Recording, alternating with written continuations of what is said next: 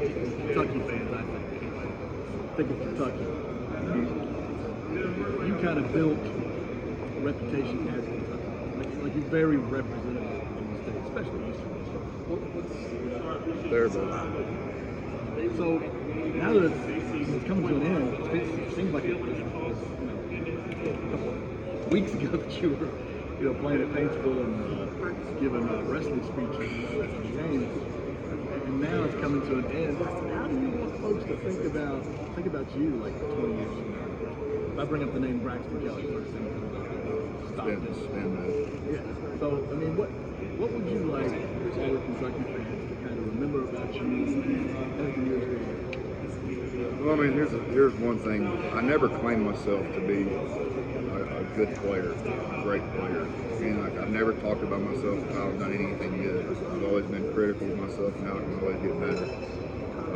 I wasn't that athletic. I'm probably one of the least athletic dudes on this defense. I'm not that fast. I mean, trust me, I get it. People tell me that all the time. I get it. But one thing that I just took to heart when I got here, and it's life in general, is that one is nobody's going to hurt me, and that I'm always going to play hard, no matter what the score is. And I want Kentucky fans just to know that I gave everything I had, mind, body, spirit, and more. I gave it all I had. I prided myself on my work ethic, and I prided myself on being the hardest worker in the room and not being out working the football field. Always going sideline to sideline, trying to get involved in every single play. Not shying away from contact, but actually inviting it and wanting it and just begging for it. And the physicality of everything. I just want people to know that. I mean, I just want my legacy to be that I was a hard-nosed working player that just went to work every day. That obviously I'm more of a charismatic character in the media, but if all I'm remembered as is a media clown and a hot guy, then I think I failed. But I just hope people think of me as a hard-working player, that always gave everything he had. Played hurt, played sick, played everything. Shout out to Brett Favre for teaching me that mindset. So, yeah. Kash, you guys have been working to change the culture and perception of Kentucky football ever since you faced the Conference. How much more would a win tomorrow do to further change that culture and that perception? Well, like I was saying earlier, it'd be the icing on the cake, I believe.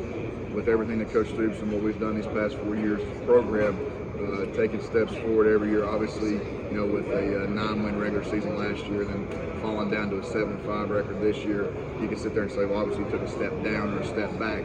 But if you look at the situation that we were in with losing, first-round draft pick, losing Benny, losing Lonnie, losing Mike, everybody that's playing in the league right now, all the senior leadership we had, Darius West, Chris Westry, Derek Beatty, I mean, I could go on for days. And having to bring in so many new guys that haven't experienced anything.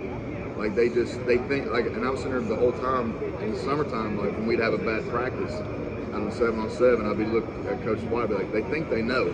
Like they think they know what's going to happen, but if they don't, we're going to get beat, by this or this or that.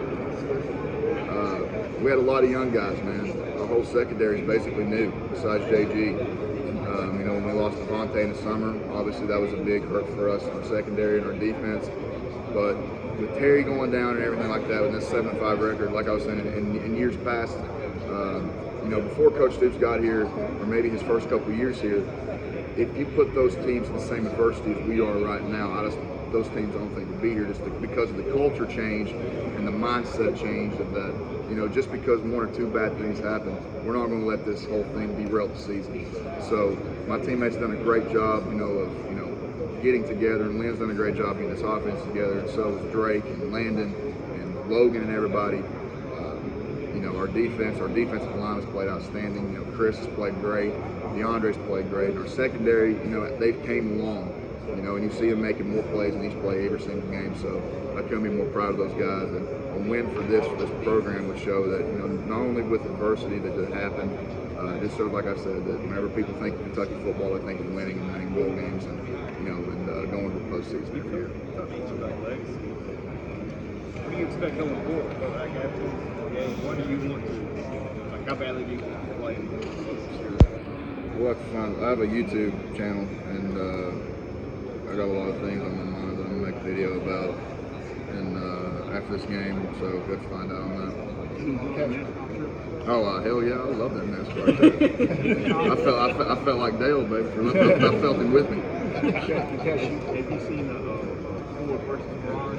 I have not. I'm not a big like car guy. Oh, I'm a big movie guy. You need to go to that. Definitely. Was Tom Cruise in it? Tom Cruise. No, it's Christian Bale. Christian Bale. And Matt Damon. Matt Damon.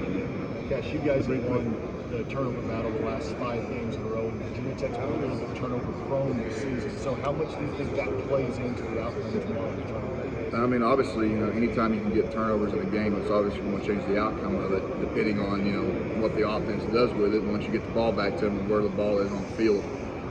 We just got to take advantage of, their ball security. I mean, if they run wide and loose, every time we get a guy in there to make a tackle, another guy's got to be coming in to make a strip.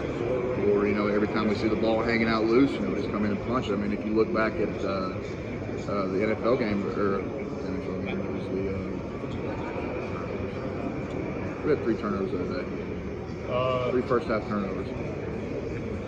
You guys, I wouldn't have watched much myself. I'm trying to think of it. But anyways, they had three offensive turnovers, but ended up still winning the game. So it's just all about what our defense does, and getting the ball out and getting it back for Lynn, and seeing what he can do to get us in the end zone. What would be a perfect game for you? Sure, just win, and hugging Coach Stoops and embracing him with my teammates and seeing that confetti fall and just holding that trophy up, man, that'd be the moment. You guys are obviously representing Kentucky first, but you're also representing the SEC in a bowl game situation against the ACC. Do you guys feel that? I mean, is that something you even think about? Or I always think about our conference, in these bowl games. And we were watching the Texas A&M somebody the other day, and they're like, "Oh, I hope Texas A&M gets best." No, man, forget that. I want the SEC to win. I mean, there's some things obviously I don't want to win, but for the majority of it, I want the SEC to win just because every year in the media and everything, everybody's saying that the SEC is the most dominant, college football conference, in college football, and statistically, with draft picks and bowl wins and everything, national championship wins, statistically, they're correct. But, whenever we have, a couple of SEC losses, and the next thing you see is, the SEC's, not this, not that. You better check yourself, because right here's the NFL and right here's the SEC. you guys have had a lot of fun this weekend doing all these activities, but now this has become a business trip. Oh yeah, the first 2 days, were kind of like mini vacation type deal, where we come in, we let our hair down, and we relax for a couple of days. But today's Sunday or Saturday, Monday. So today's Friday, Thursday. So on Friday, that's when we start toning in, just because it's a Wednesday in our schedule for prep. So that's when we know, hey, it's time to get ready. But these past few days, today and yesterday, we were really locked in with our walkthroughs, really locked in with our meetings. We got a walkthrough after this over at the Panthers facility, so we're going to be locked in all day. And today is just like a normal Friday for us in the hotel. So we're ready for the game. So Rich Brooks won back-to-back bowl games. Some guy named Bear Bryant won back-to-back bowl games. And Stoops has the chance to do it. He's only the 3rd coach. So how much you want to do that for you guys, but for him too? Well, now that you gave me that stat, I definitely want to do it for him and pick it up over that guy named Bear Bryant. Yeah. But it just shows that what Coach Stoops has done, with this program, where it was when he got here, and what he's doing with it, and how he's building these building blocks going forward to build a program that he can, that he can be proud of to take that field each and every Saturday with. So, I'm very thankful that he gave me the opportunity to help him get to this situation. and very thankful for the opportunity he signed me so I can get to know all these guys. So, yeah, let's win this one for Coach Stoops again up over that guy named Bear Bryant. What do you know about Virginia Tech's offense? I mean, they're a little more balanced than you guys. They're very versatile. Very versatile. It kind of reminds me of Louisville's offense last year with a lot of guard and tackle schemes with some GT and inside zone, fly sweep, some unbalanced, some empty, some flat curl routes, some Y8 Panther, things like that. So they're very versatile and they can move. They can get the ball into different guys' hands, and move the ball in different ways. So we have to be very gap sound. We have to be very edge sound, not give up edges, and get our eyes in the right gap and eyes on the right key if we can be able to stop this offense.